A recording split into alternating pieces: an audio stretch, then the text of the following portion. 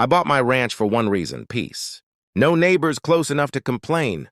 No HOA, no drama. Just land, water, and silence. At least, that's what I thought.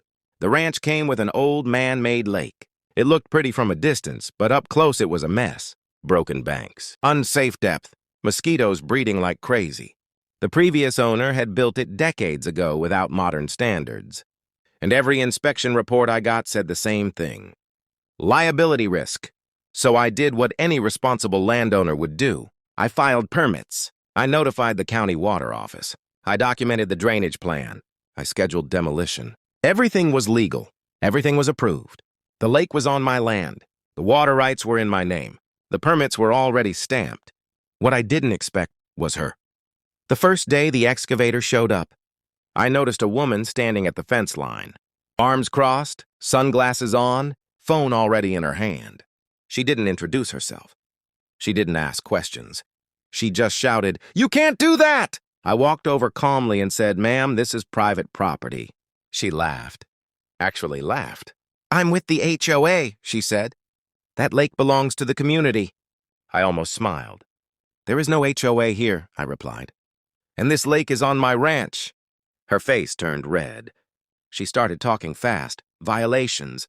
Environmental crimes, community assets, fines. Then she pointed at the excavator and said the magic words. "I'm calling the sheriff." She stepped back, dialed the number, and made sure I could hear every word. "There's a man illegally destroying a protected lake," she said loudly.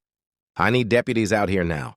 She hung up and crossed her arms again like she'd already won. 20 minutes later, 2 sheriff trucks pulled up.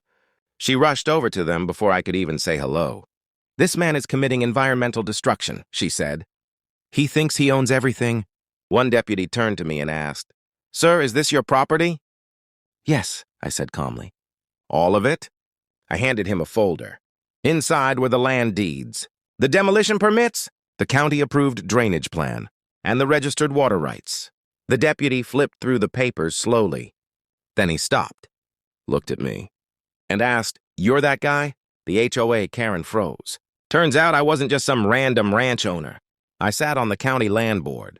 I helped write the water use policies. I approved permits like the one in his hands. In other words, I was the county she thought she could threaten. The deputy turned back to her and said, "Ma'am, everything here is legal." She started yelling. "That lake has been there for years. People look at it. It affects property values." I finally spoke.